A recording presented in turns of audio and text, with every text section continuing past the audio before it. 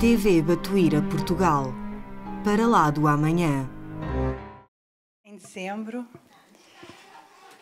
o mês do Natal, o mês em que celebramos a maior prenda que poderíamos ter tido, que foi a vinda de Jesus até nós.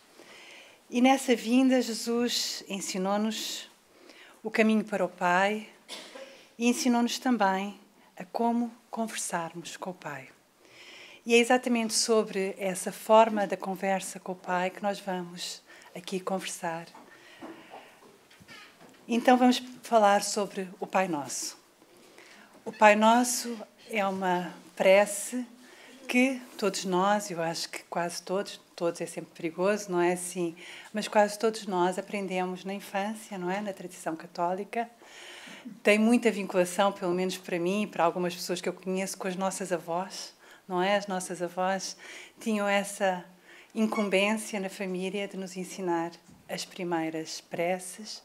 E é uma oração, uma prece que está exatamente vinculada a toda essa parte afetiva. Nós muitas vezes dizemos-la sem pensar muito bem no que é que estamos a dizer. E é exatamente isso que nós vamos tentar fazer hoje, é pensar em cada um dos bocadinhos o que é que está contido nesta prece, que é tão especial. Como vos disse, estamos no Natal. Quando eu era menina, quem nos dava as prendas ainda era o Menino Jesus, não é? E acho que muitos de nós nos lembramos que era o Menino Jesus que nos dava as prendas. E podemos pensar que a maior prenda do Menino Jesus foi mesmo ele ter vindo até nós, não é assim? E então, uma das melhores formas da descrição da importância dessa vinda foi colocada por João no seu Evangelho, quando ele diz: a vida estava nele, e a vida era a luz dos homens. A luz resplandeceu nas trevas, e as trevas não prevaleceram. A vinda de Jesus é exatamente a instauração de uma nova era. Não é assim? Jesus veio nos trazer uma nova forma de estar no nosso mundo, um mundo de provas e expiações ainda, mas a vinda dele é exatamente o início da mudança para um mundo de regeneração em que nós estamos exatamente nessa passagem. Há uma frase muito feliz, acho, a contar-nos da importância e do quanto ainda nós não nos apercebemos da dimensão que tem a vinda de Jesus e tudo aquilo que ele nos ensinou. Chico, neste livro, que é uma compilação do Bacelli, de todas as conversas que eles tinham, ele ia pegando certos, aqui Chico diz-nos que a importância de Jesus para a nossa existência é a mesma do Sol para o nosso planeta. É exatamente a possibilidade de uma outra vida, não é? De uma vida com uma outra dimensão, uma dimensão espiritual e uma dimensão de irmandade, que é exatamente aquilo que vamos focar no início.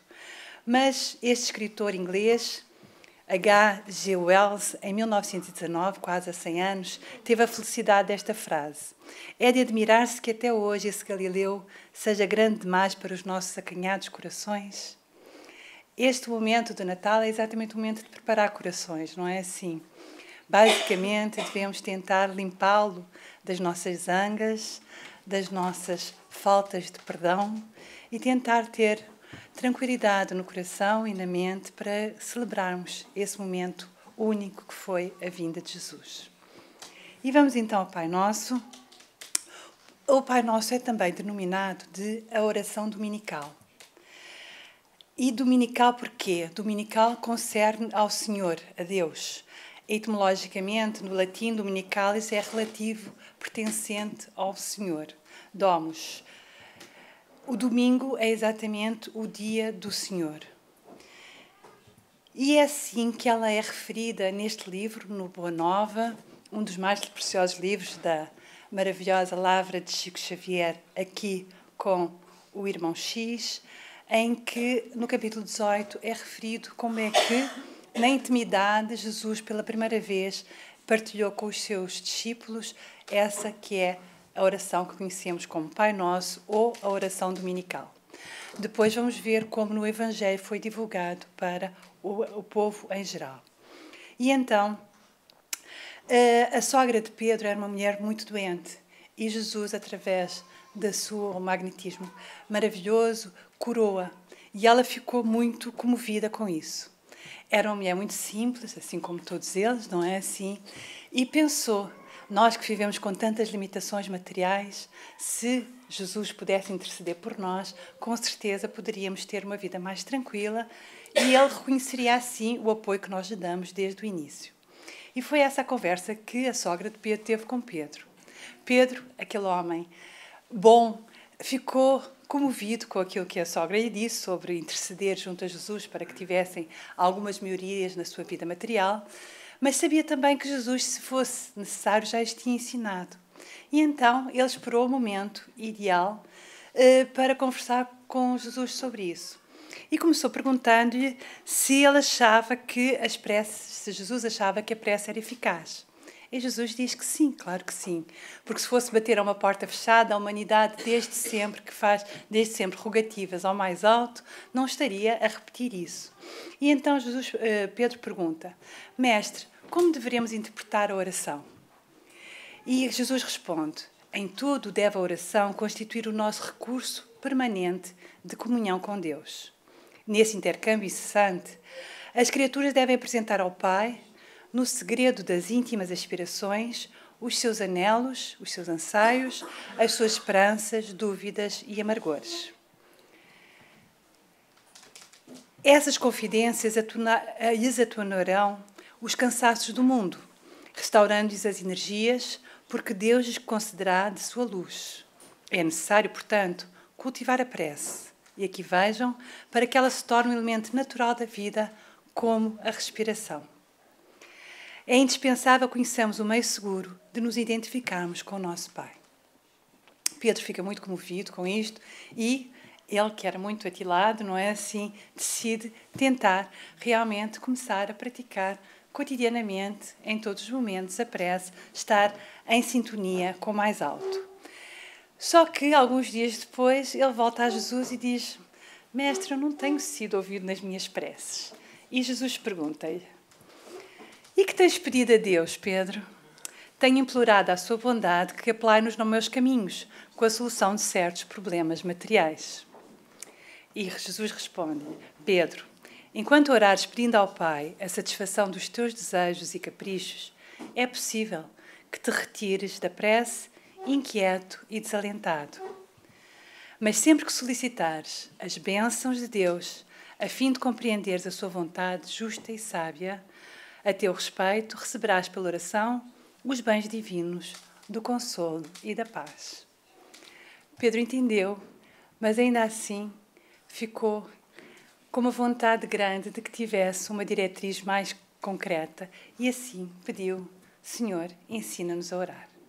E foi aí que, nesse momento, Jesus vai exatamente ensinar o Pai Nosso. No Evangelho, não é? No Novo Testamento, o Pai Nosso é apresentado à multidão no Sermão da Montanha, que está em Mateus, entre os capítulos 5 a 7. É a descrição do Sermão da Montanha. Lembrarmos sempre que o Sermão da Montanha não é só as bem-aventuranças, não é? Nós temos sempre essa ideia de pegar a parte pelo todo. O Sermão da Montanha é muito mais.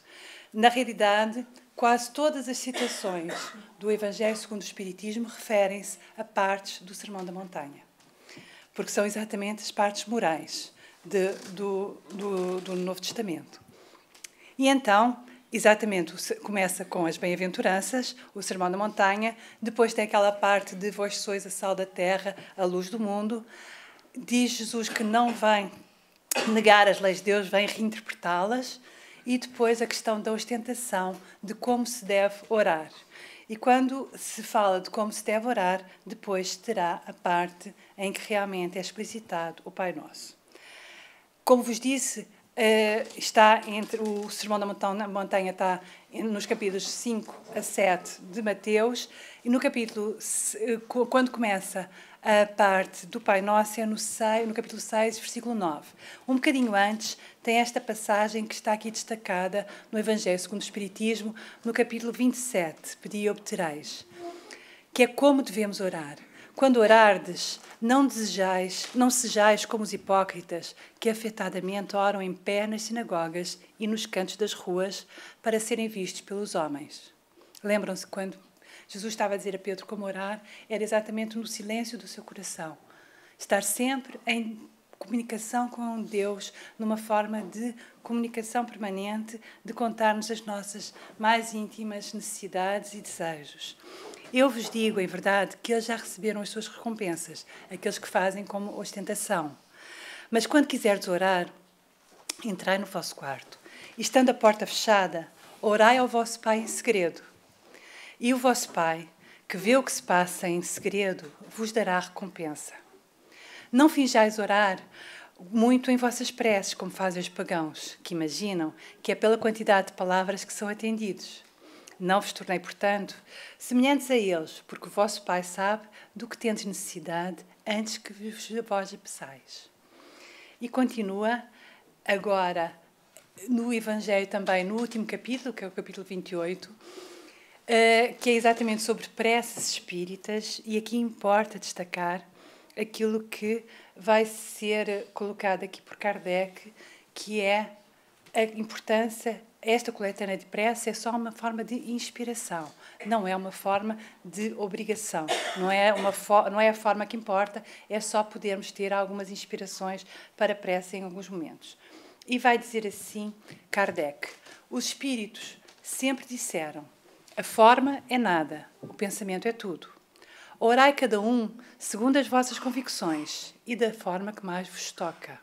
Um bom pensamento vale mais que muitas palavras em que o coração não está. O importante é nós estarmos implicados com aquilo que nós estamos a dizer. Não é assim? Tem que ser alguma coisa que vem do coração. E no item 2 do mesmo capítulo vai-nos dizer assim Kardec: os espíritos recomendaram que se eu colocasse a oração dominical, que já sabemos que é o Pai Nosso, no início desta coletânea, não só como prece, mas como símbolo. Símbolo do quê? De todas as preces, é a que põe em primeiro lugar, seja porque vem do próprio de Jesus, como vos disse, está na passagem de Mateus 6, 9 a 13, seja porque pode substituir todas as outras, dependendo da intenção que se lhe atribua. É o mais perfeito modelo de concisão, é absolutamente sintética, não é assim? Verdadeira obra-prima e de sublimidade na simplicidade. Cada uma das palavrinhas está lá por alguma razão, não era preciso mais nenhuma palavra do que aquelas que lá estão, e tudo o que era preciso está lá. Na verdade, sob a forma mais singela, resume todos os deveres do homem para com Deus, para consigo próprio e para com o próximo. Define todas as formas de relação com Deus, acima de tudo, não é? Lembramos que amar a Deus acima de todas as coisas, para consigo próprio e para com o próximo, e amar o próximo como a si mesmo. Encerra uma profissão de fé, um ato de adoração e de submissão, o pedido das coisas necessárias à vida e o princípio da caridade. Diz ele, a intenção de qualquer pessoa é pedir para essa pessoa o que se pediria para si mesmo. No Pai Nosso nós temos exatamente esta parte que eu acho que é fundamental, o pedido das coisas necessárias, o princípio da caridade, mas também um ato de adoração a Deus e de submissão à sua vontade, como nós vamos ver em cada uma das partes. E agora, recorrendo a vários livros, quase todos da mediunidade de Chico Xavier, nós vamos versículo a versículo, porque podemos pensar que é um lindo poema, o Pai Nosso, porque é, não é assim? E aqui vamos começar exatamente pela primeira parte. O primeiro verso do nosso poema é Pai Nosso. E Emmanuel vai fazer esta reflexão no Fonte Viva, diante da multidão.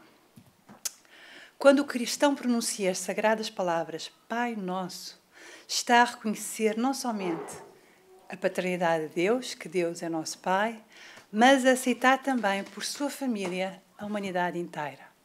E é importante lembrar-nos, e agora vocês sabem que antes das palestras nós costumamos abrir o Evangelho e saiu-me exatamente a parte em que não há privilégios, todos somos filhos de Deus, não é assim? Roguemos por todos, e é a humanidade inteira. Então, quando nós, vejam bem, Pai Nosso, nós já assumimos não só que Deus é, como está na primeira pergunta, na resposta à primeira pergunta do Livro dos Espíritos, o início, a causa primária de tudo, não é assim? Então, é realmente aquele que gerou tudo, então é nosso Pai nesse sentido, mas também que somos todos irmãos, que a humanidade inteira está salvaguardada sob este Deus de amor e bondade, justiça e misericórdia. Aqui faço uma homenagem a Meimei. Este é um livro delicioso e é muito bom para crianças, mas também para nós, crianças um bocadinho mais antigas já no planeta, não é assim? Porque é muito precioso, são muitos contos, pequenos contos, que vão exatamente refletir sobre o Pai Nosso. E vamos a este segundo verso do nosso poema, que fala sobre que estás no céu. Porquê é que se coloca que Deus está no céu, não é assim?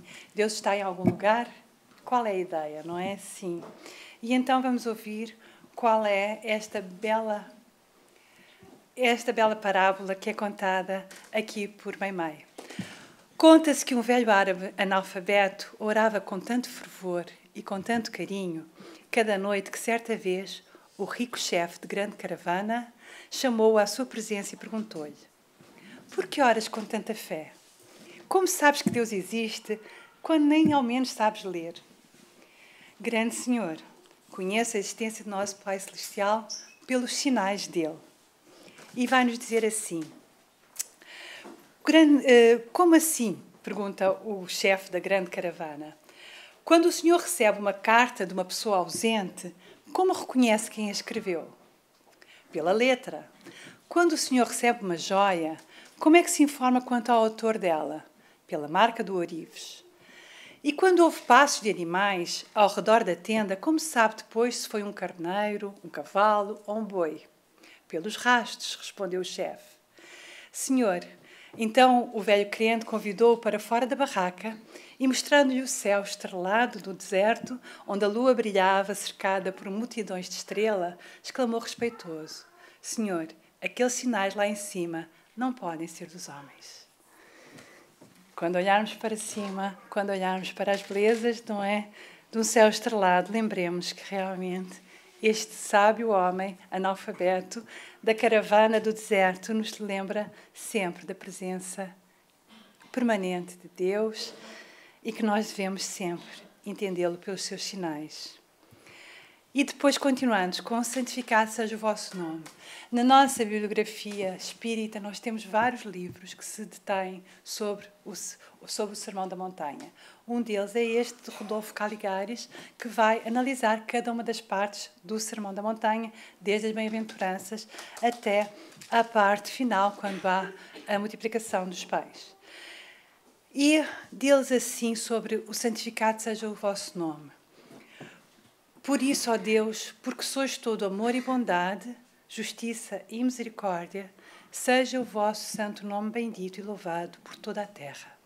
Assim como por todo o universo, nos astros mais remotos, nos espaços incomensuráveis, onde quer que a vida que provém de vós se haja manifestado, pois não há quem não pressinta a vossa existência e o fim ditoso para que nos criastes.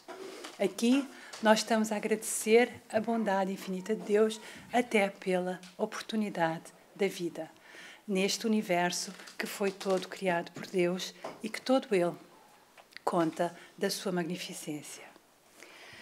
E continuando, venha a nós o vosso reino. Lembremos-nos, e vamos aqui ter várias passagens a contar-nos que reino é que nós estamos a falar. É um reino material? O reino de Deus não vem da maneira ostensiva. Lembremos-nos que um dos que se enganou com isso foi exatamente Judas, não é? Lembram-se que ele acreditava que havia uma imposição do poder de Jesus dentro do mundo material e do mundo da política, não é? A grande frustração de Judas foi exatamente essa. Não é de forma ostensiva. Ninguém poderá afirmar, ei-lo aqui ou ali, pois o reino de Deus está dentro de vós. E isto é uma passagem que está em Lucas. Porque o reino de Deus não consiste em comer e beber, mas em justiça, paz e alegria no espírito. É exatamente isso, é uma forma de estar. É alguma coisa que devemos cultivar, procurar dentro de nós. E é lá que nós encontramos a nossa chaminha divina, não é? Vocês sabem que os judeus ortodoxos, quando eles oram abalançando o corpo, a parte de cima do corpo, exatamente porque há uma chama divina, não é assim, em nós que está a ser abanada para lhe dar santidade. Está dentro de nós, não é assim? Lembremos-nos de ampliar aquilo que nós podemos pensar como literal, não. É sempre a ideia de que o Espírito vivifica, a letra mata. Então, venha a nós o vosso reino. Temos aqui esta passagem ainda de um estudo muito bom de Hermínio C. Miranda sobre o cristianismo, desde, não é, o início. Nós sabemos que os primeiros anos do cristianismo foram de grande exuberância, mas depois foi reclamado pelo poder dos homens e a partir daí nós temos uma doutrina de poder e esvazia-se exatamente toda a dimensão espiritual do cristianismo. E vem-nos aqui Hermínio lembrar que houve duas tónicas dominantes no pensamento de Jesus. A busca do reino de Deus como uma finalidade. É uma busca interior que exatamente conseguimos na troca com o outro, no exercício do amar ao próximo como a si mesmo, ou, como Jesus nos disse, como eu vos amei. E o objetivo da vida e a prática do amor como programa para essa busca. É exatamente neste exercício cotidiano de troca com os outros. Lembremos-nos que não promulgamos uma vida de asceta lá na sua cabana no alto da montanha. Não é assim que nós acreditamos que nós vamos conseguir chegar ao reino de Deus. É exatamente pelo convívio, pelas aparas que têm que ser limadas nas nossas dificuldades, que são tantas no convívio cotidiano. E ainda, aqui nesta passagem do capítulo 25, Buscai e achareis, que diz assim: procurei primeiro o seu reino e a sua justiça, e tudo mais se vos dará por acréscimo. É uma forma de estar. Quando alcançarmos essa tranquilidade interna, essa paz no nosso coração, aí tudo mais nos virá por acréscimo. Agora a parte em que nós nos colocamos realmente submissos à vontade do Pai. E tenho este livro, Vozes do Grande Além, que, diferente da maior parte da obra de Chico, é psicofonia. E a psicofonia, e voltamos numa casa espírita de Meimei. E esta passagem, que é o capítulo 17, chama-se A Palavra de Jesus e o comunicante era exatamente Meimei. E ela vai nos lembrar, meus irmãos, no seio de todos os valores relativos e instáveis da existência humana, nas nossas precariedades tantas, só uma certeza prevalece, a certeza da morte, que restitui às nossas almas os bens ou os males que semeamos na alma dos outros. Aqui a tónica exatamente na troca, na possibilidade da relação e daquilo que nós deixamos como o nosso testamento, é exatamente como nós nos fomos relacionando ao longo da existência. Assim, pois, caminhamos com Jesus, aprendendo a amar sempre, repetindo com Ele, em nossas proveitosas dificuldades de cada dia, quando nós não entendemos exatamente porque é que nós estamos a passar por aquele momento difícil, é o momento em que devemos recolher-nos ao nosso coração e dizer: Pai nosso, seja feita a vossa vontade, assim na terra como no céu. Lembremos que a terra e o céu aqui são só formas de nos referir à nossa vida material e à nossa vida espiritual, às nossas duas dimensões. E evoluindo, temos depois o pão nosso de cada dia nos dai hoje. E aqui vamos outra vez com o Emmanuel, no caminho, verdade e vida. Tanto este quanto a Fonte Viva, também que já foi referido aqui, são livros em que Emmanuel comenta versículo a versículo de passagens do Evangelho. O pão de cada dia é este capítulo 174 e diz-nos assim: no alimento de cada dia prevalece sublime ensinamento de colaboração entre o Criador e a criatura. que raras pessoas se dispõem a observar. Esforça-se o homem e o Senhor concede as utilidades. Lembremos sempre há várias passagens no Novo Testamento, no convívio de Jesus, em que Jesus reforçou a questão de nós estarmos disponíveis para, não é assim? Quando somos os trabalhadores da última hora, não é? O importante era estar disponível para ser contratado para o trabalho na vinha do Senhor. Esse é o movimento e é aqui o que está a ser realmente reforçado. É a relação da colaboração entre a nossa disposição e aquilo que Deus nos vai colocar como oportunidades. Ainda sobre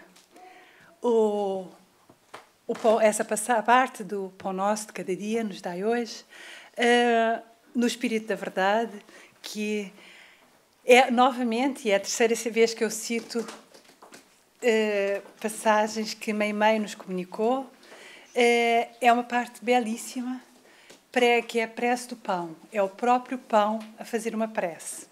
E então, termina assim: ensina-lhes, Senhor, nas lições de caridade, a dividir-me por amor, para que eu não seja motivo à delinquência. Dar um pão. Essa é uma parte que exercitamos na caridade, de dar uma sopa e um pão, de distribuir o pão nos sábados de manhã entre as crianças. É um exercício muito importante de realmente chegarmos àquilo que é o sustentáculo básico da existência, não é? O pão é há milhares de anos já uma forma de prover o básico da existência. Nesse símbolo, o quanto se pode estar a dar de nós e o quanto estamos a exercitar a caridade. A caridade, a possibilidade de partilharmos. Isso possível, diz o pão, multiplica-me por misericórdia outra vez, a fim de que eu possa aliviar todos os famintos da terra. O outra vez aqui refere-se à passagem em que, ao final do Sermão da Montanha, Jesus faz a multiplicação dos pães para alimentar a multidão. Então, novamente, multiplica-me por misericórdia, a fim de que eu possa aliviar todos os famintos da terra. Porque um dia, Senhor, quando ensinavas o homem a orar, incluíste-me entre as necessidades mais justas da vida, suplicando também a Deus: o pão nosso de cada dia dai-nos hoje. Lembremos novamente que nós estamos a falar do pão material, mas estamos também, e mais do que tudo, a falar do pão espiritual, desta oportunidade de partilharmos o conhecimento, partilharmos as nossas mudanças de atitude, graças àquilo que nós já podemos aprender. E depois vem a parte em que rogamos perdão e que sabiamente Jesus nos diz que deve ser recíproco. Não podemos só... Preciso de água, por favor, pode ser? Um copinho de água lá de dentro, tá bom?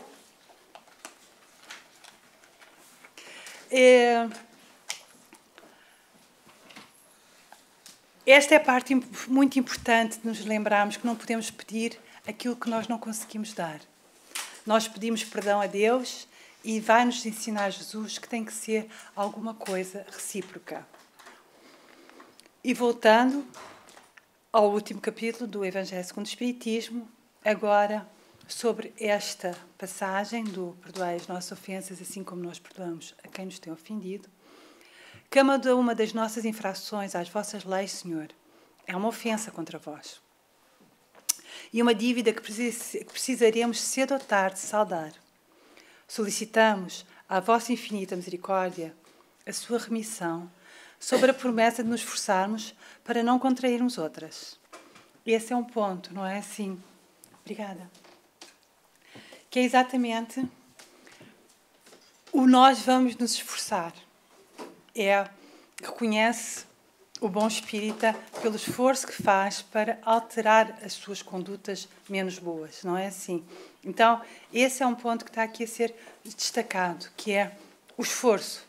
Nós reconhecemos, sabemos que ainda temos muitas dificuldades, mas estamos a esforçar-nos, estamos a tentar com sinceridade no coração, fazermos melhor e tentarmos não cair nos mesmos erros, não é? Sabemos que vamos continuar a errar, mas que sejam outros, embora tenhamos que ter também amorosidade connosco e saber que de pouquinho chegaremos. E aqui é o outro lado, não é? Primeiro o pedido e depois fizeste da caridade uma lei expressa. Mas a caridade não é apenas assistir o seu semelhante na necessidade. Ela está também no esquecimento e no perdão das ofensas. Esta parte é muito importante, não é assim? Entender que a maior caridade é nós realmente perdoarmos no nosso coração.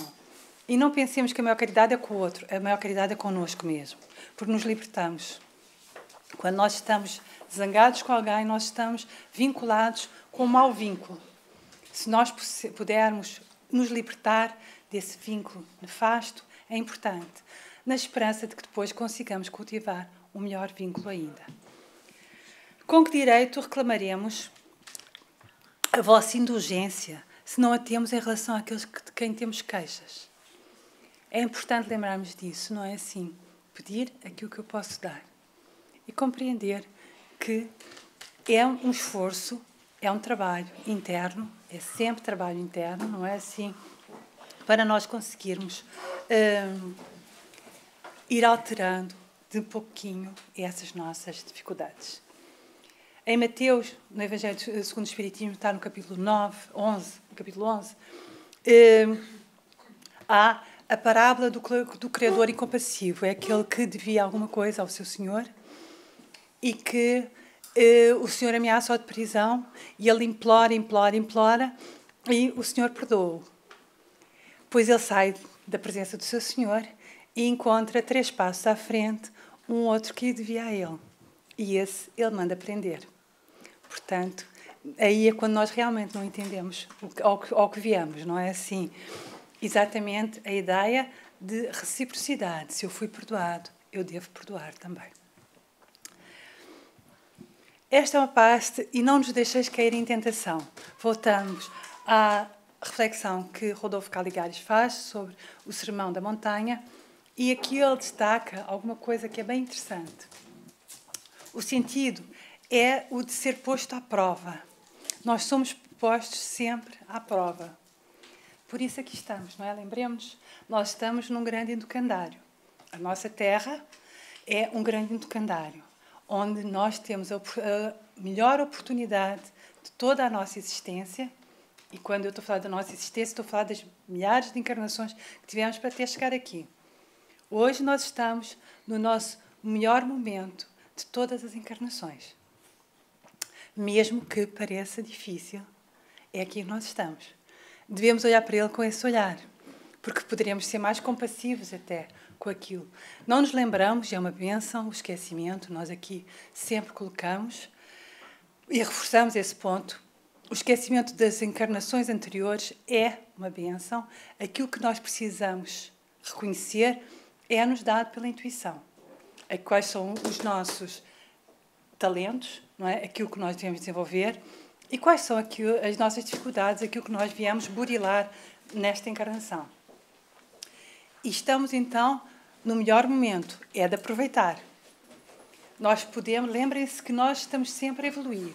Às vezes estacionamos, às vezes aparentemente regredimos, mas é aparentemente.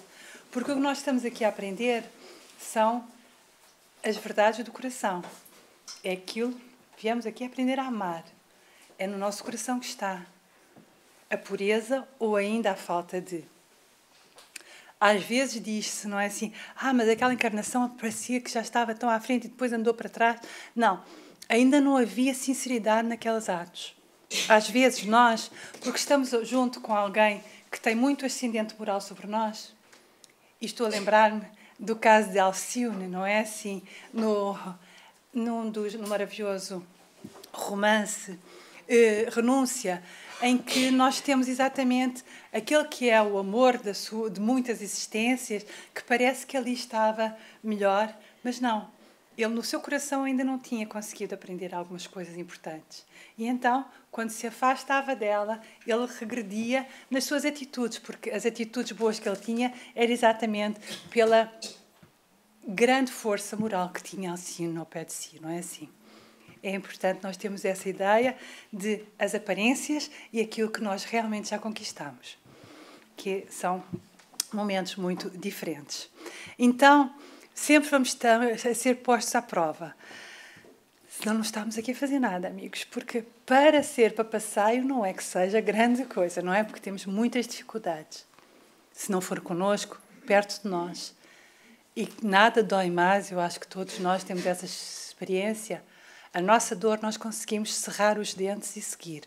Agora, aqueles que nós amamos e vemos sofrer, essa é uma dor enorme. E essa nós estamos sempre expostos, não é assim? E é aí que nós realmente precisamos lembrar-nos do amor infinito do Pai. E então, voltando aqui ao Rodolfo Caligares, o sentido é de ser posto à prova, estamos sempre. De start, o que aí pedimos ao Pai Celestial não é o afastamento das provas, mas que não nos deixe cair quando estivermos em tentação. Tentação é, estamos a ser colocados à prova. Isto é, que nos dê forças para sermos vitoriosos dos inúmeros e variados testes pelos quais temos que passar em cada existência. Lembrar-nos que sair vitorioso não é sair a pular de alegria perante a dificuldade, mas é no nosso coração termos a segurança de que é o pelo melhor e que nós vamos dar o nosso melhor para conseguirmos ultrapassar. Chama-se a resignação ativa em alguns momentos, que é uma resignação no coração de dificuldades que não podemos resolver, especialmente quando se trata dos outros.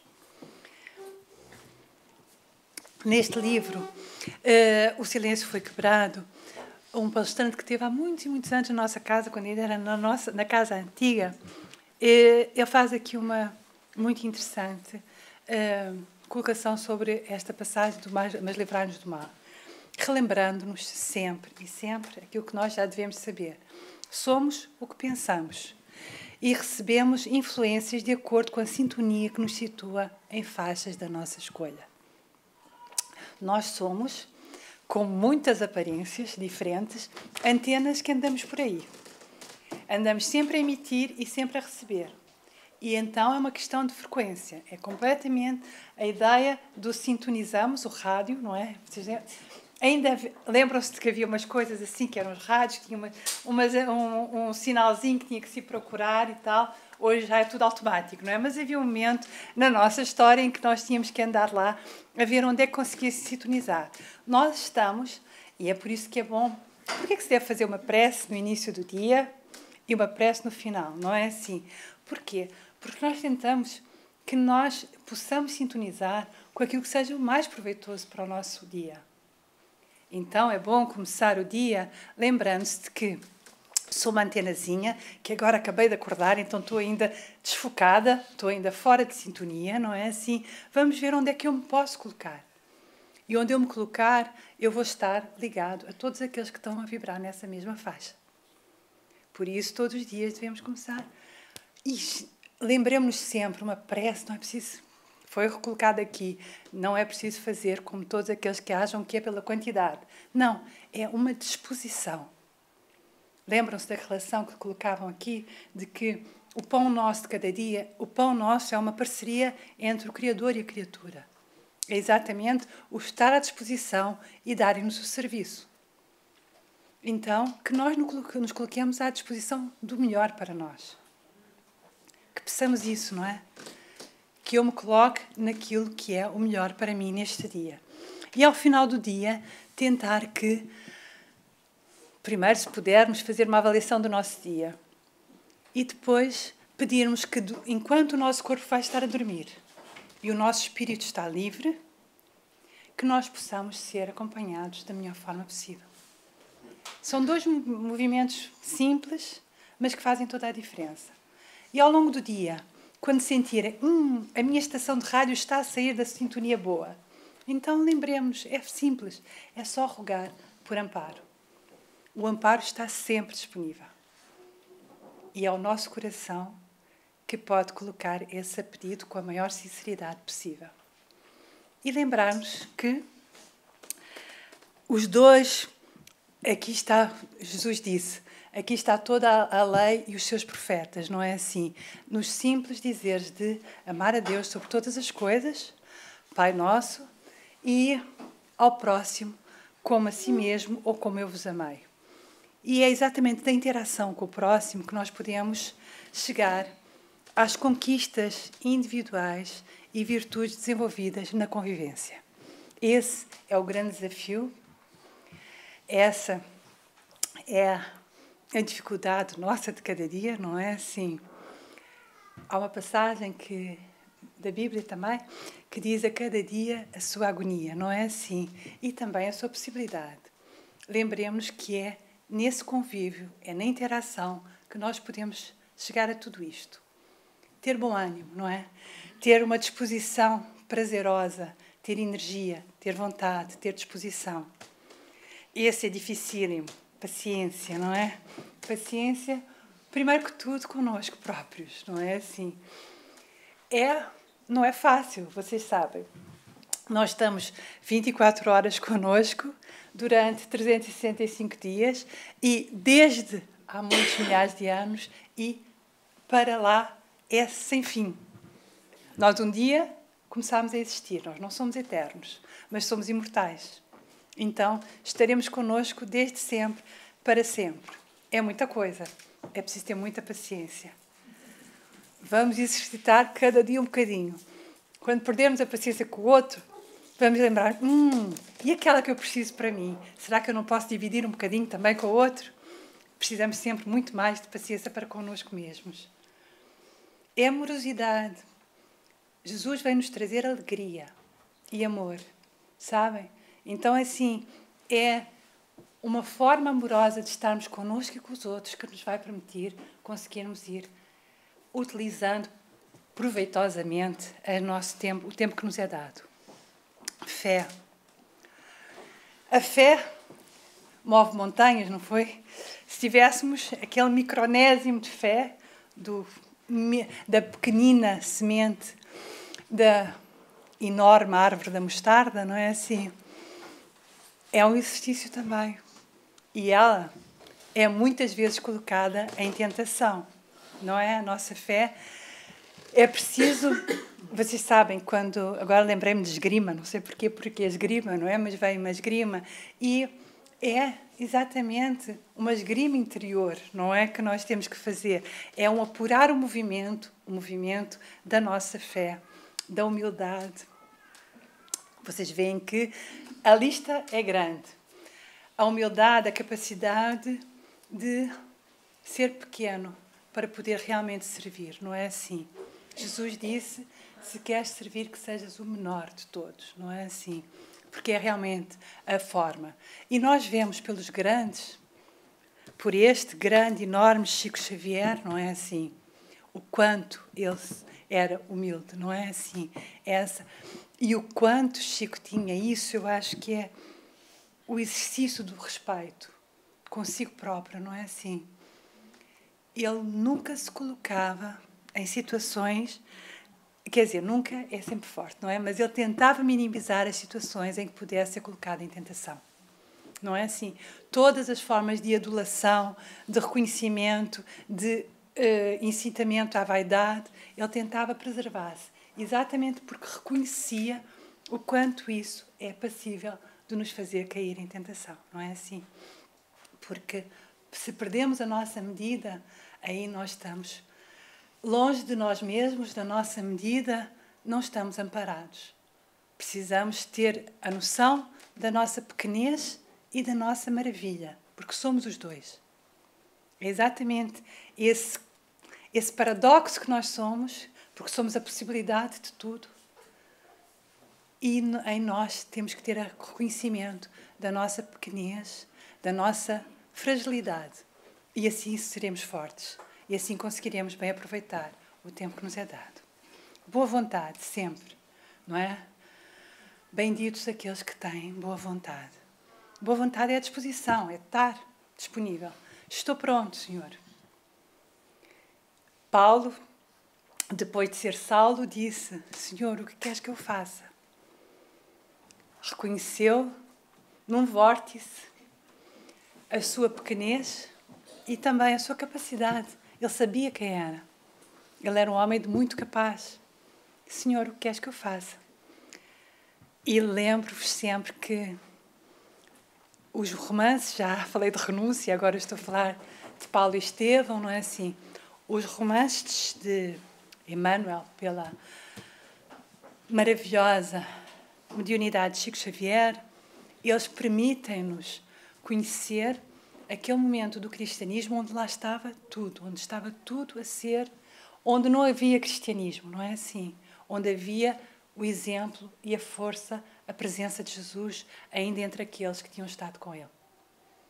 Estava ali essa força, era transmitido, era através de papiros prosaicos que havia, aquilo que foi registado, mas era basicamente no testemunho daqueles que estiveram com Jesus, que poderia passar a força dessa mensagem, a possibilidade de mudança que essa mensagem trouxe.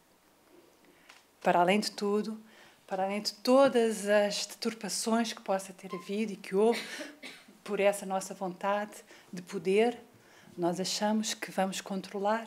O poder é a ilusão do controle, não é assim?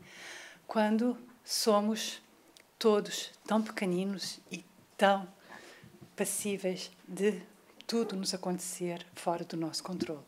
Só podemos sempre ligar-nos ao mais alto e assim termos algum norte, alguma possibilidade de bem evoluir. O perdão, que já foi tantas vezes colocado aqui, não é? Em relação à parte da reciprocidade, não peçamos aquilo que nós não podemos dar. A fraternidade pura, quando lá chegarmos, quando de coração aberto pudermos estender a mão, nós estaremos muito mais além. E sabermos que o que nós procuramos é exatamente a paz no coração, que pode ser colocada como bem incessante. Nós falámos sobre o Pai Nosso, que muitos de nós, na tradição católica, aprenderam muito pequenos, e ele termina de uma forma um bocadinho diferente, não é assim seja, mas é Amém. Amém é em latim exatamente o que quer dizer assim seja. E quando nós colocamos isso, nós fizemos uma rogativa grande ao Pai e pedimos o quê? Permiti, Senhor, que os nossos desejos se cumpram, mas curvamo-nos diante da vossa infinita sabedoria. Sobre todas as coisas que não nos é dado compreender, que seja feita a vossa santa vontade e não a nossa, porque vós quereis apenas o nosso bem e sabeis melhor que nós o que nos é útil. Lembremos que fomos criados para a perfeição, atravessando milhares de encarnações e vimos desde todo o processo de evolução até o momento em que o espírito se diferencia e a partir daí nós começamos a ter uma identidade própria, não é assim? E todo esse aprendizagem que houve antes e que nós vimos acumulando ao longo de milhares de encarnações. Nós ainda não sabemos muitas coisas, ainda não compreendemos quase nada, mas aquilo que nós já compreendemos é com certeza o suficiente para podermos bem aproveitar o tempo que nos é dado. É basicamente isso. E lembrar que o tempo é um mistério, não é assim? Não conseguimos pegar e quando nos escapa nós temos normalmente a noção da sua força e da sua possibilidade. Nós estivemos aqui a refletir sobre cada um dos versículos, cada um dos versos desse poema que é o Pai Nosso. E a partir do momento em que nós conseguimos apropriar-nos dele, porque nós conseguimos entender aquilo que nós estamos a pedir a Deus, aquilo que nós estamos a tentar aprender nesse momento de conversa com o mais alto, nós podemos depois alterá-lo e podemos fazer à nossa forma. Cada um de nós terá a sua própria forma de o fazer. E trago-vos aqui a forma que Emmanuel encontrou, que se chama prece e que está neste livro, que é À Luz da Oração, que existe também uma forma da Verdade e Luz, este é o anterior, existe uma edição nossa e que tem preciosas preces, como sempre, ir relembrando, acabando naquilo que começámos, lembrar-nos que o que importa é um coração emocionado, com a vontade de falar com Deus, não é assim? Esse é o mais importante. Porquê falamos, porquê existe o capítulo 28 no Evangelho segundo o Espiritismo? Porque há momentos em que nós precisamos de uma direção. Há momentos em que estamos tão comovidos que não conseguimos. Então é bom ter uma forma, que depois nós nos apropriaremos e faremos da nossa forma. Lembremos-nos mais uma vez que o reconhecimento da nossa fragilidade traz a nossa força. Então, lembramos que há momentos em que nós estamos realmente muito comovidos e não conseguimos. Então é bom que haja. E é bom que haja também formas de podermos pensar as coisas. O que o Espiritismo nos propõe é exatamente uma fé raciocinada, lembremos-nos, não é? É a capacidade de pensar. Nada é imposto, é tudo proposto. E cada um de nós aproveitará da forma que puder e quiser. Esta forma como Emmanuel diz o Pai Nosso é muito próxima, mas vem com alguns esclarecimentos que espero que já tenham sido levantados, propostos ao longo da palestra. E diz assim Emmanuel: Nosso Pai, que estás em toda a parte, santificado seja o teu nome no louvor de todas as criaturas. Venha a nós o teu reino de amor e sabedoria. Seja feita a tua vontade acima dos nossos desejos, tanto na terra quanto nos círculos espirituais. O pão nosso do corpo e da mente dá-nos hoje. Perdoa as nossas dívidas, ensinando-nos a perdoar os nossos devedores com esquecimento de todo o mal. Não permitas que venhamos a cair sob os golpes da tentação da nossa própria inferioridade. Livra-nos do mal que ainda reside em nós mesmos, porque só em ti brilha a luz eterna do reino, do poder, da glória e da paz, da justiça e do amor para sempre. Que esta prece belíssima, a construção que Emmanuel deu ao Pai Nosso, nos lembre da maior bênção que nós temos, que é a vida estava nele e a vida era a luz dos homens. A luz resplandeceu nas trevas e as trevas não prevaleceram.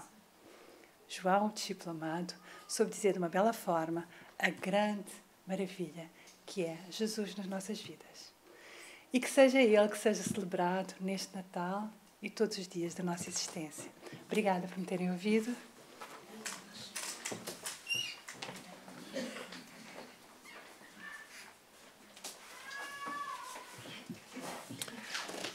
E assim, queridos companheiros, depois da apresentação dessa prece tão sublime que o Cristo nos legou para toda a humanidade, pouco mais teríamos a acrescentar. Lembrando que, ainda que temos 2 minutos, que o ponto importante do Pai Nosso é aquela parte que o Cristo trouxe para nós: amor e perdão. E naquela parte do Pai Nosso, Pai, perdoa as nossas ofensas, assim como nós perdoamos aos nossos ofensores. Essa devia ser realmente aquilo que nós devíamos cumprir. Mas, dada a nossa ainda inferioridade espiritual, ainda deixa muito a desejar. Porque quando o homem velho encosta em mim, já é uma chatice. Então, esse ensinamento fica esquecido. Mas nós, sobre o Pai Nosso, a doutrina espírita é ciência, filosofia e religião. E a parte que apresento hoje é a parte da religiosidade. Kardec pôs apenas uma parte, que é o que ele pôde fazer naquela época, que se fosse mais além, ele poderia até perder a obra toda. Mas ele veio depois como Chico, e aí sim, Chico Xavier trouxe a religiosidade para a doutrina, através do exemplo, da humildade, da caridade e da ligação permanente através da oração. E ele dizia sempre: orem por mim, vamos orar. Hoje a espiritualidade insiste, dado a transformação da humanidade e do mundo, para que nós nos entregue à oração. Recomendam. Mas vamos pôr um pouquinho para a prática essa passagem: perdoai-nos as nossas ofensas, assim como nós perdoamos aos nossos ofensores. E vamos para a obsessão. Ora, qual é a dificuldade e o que origina uma obsessão? É que o espírito que está do lado de lá e que se acha que foi prejudicado, foi em todos os aspectos, família, e que houve entre o espírito encarnado, viveram juntos, talvez fosse uma amizade falseada. Quando de lá, ele vem obsediar o que está encarnado. Na parte da generosidade da doutrina, é a obsessão que nós vamos tratar. Porque é um espírito que está assediando o encarnado, trazendo grandes dificuldades. Na prática, nas reuniões mediúnicas, nós falamos, quando os espíritos acham que há essa possibilidade, nós conversamos com o obsessor. Num diálogo, mediante as nossas possibilidades e de como ele está, das condições em que se encontra. O que nós, doutrinador, digamos assim, ele aconselha-o a perdoar. Tens que perdoar. E ele disse: não, de maneira nenhuma. Não perdoou porque você não conhece o que ele fez, você não sabe de nada. Que fez isto e tal. E fica difícil, ante a espiritualidade e toda a reunião, para que o espírito mude o seu pensamento, o seu propósito, e que lhe passe pela mente a ideia do perdão. É difícil. Então, a espiritualidade, através de outros dos processos, ectoplasma, magnetismo, os médios, todo o recurso que tem a espiritualidade, e quando o doutrinador é intuído para isso, ele, a espiritualidade, projeta-lhe um filme. E ele se vai viver há 100, 200 anos atrás, que os dois estiveram envolvidos e que o obsessor é tão devedor como o encarnado. E a espiritualidade lhe mostra, mas ele mesmo assim reluta. Há quando a necessidade de uma regressão de memória no espírito que está a se comunicar. Então nós convidamos-nos a ir mais longe, para que ele vá mais fundo e ele vai verificar a personalidade que ele foi naquela época, o que é que ele fez, o que é que ele produziu de mal, e para ele avaliar se tem ou não obrigação de perdoar. É um trabalho muito bonito na parte da doutrina da religiosidade, quando há médios e quando há um trabalho sério e honesto em que a espiritualidade superior está presente. E aí o espírito verifica, quando nós mostramos, quando lhe é mostrado o que ele fez, o que é que ele produziu, e então ele, através de todos os recursos, ele então cede e aceita que também deve perdoar. E aí a equipe espiritual o convida para que ele seja amparado dentro das organizações, no hospital de retaguarda, se precisa de tratamento ou esclarecimento, ou trazê-los para reuniões de evangelioterapia, que é o estudo que se faz aqui na casa.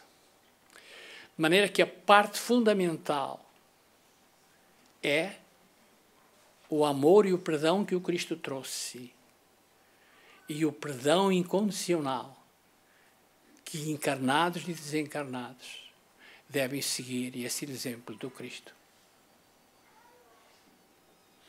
Assim sendo, queridos companheiros, vamos então encerrar